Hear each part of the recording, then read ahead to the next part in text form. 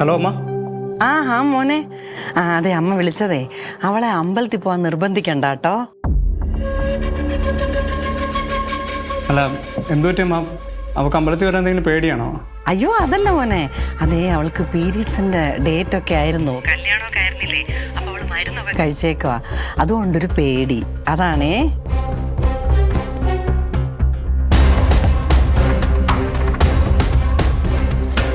ഓ, അടുത്തത് ഏതാണ്ട് ഒപ്പിച്ചെന്നെ ചെയ്യുന്നേ.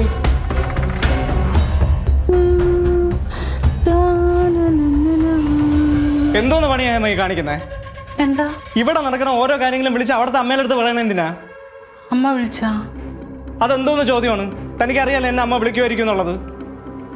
അതിപ്പം എനിക്ക് അമ്പലത്തിൽ കയറാൻ പറ്റൂലായിരുന്നു, അതാ. എന്നാ അത് ഞാൻ ചോദിക്കുമ്പോ എന്നോട് പറഞ്ഞൂടായിരുന്നോ? അത് അമ്മയെ വിളിച്ചിട്ട് പറഞ്ഞ അമ്മ പറഞ്ഞിട്ട് വേണോ ഞാൻ അറിയേണ്ടത്? അതിപ്പോ സന്ദീപിനോട് എങ്ങനെ പറയാ? എന്റെ അടുത്ത് എന്താ പറഞ്ഞ? എനിക്കും 2 സഹോദരിമാരുള്ളതല്ലേ. നിങ്ങളുടെ പ്രശ്നങ്ങൾ ഏറെ കുറെയൊക്കെ എനിക്ക് മനസ്സിലാവും.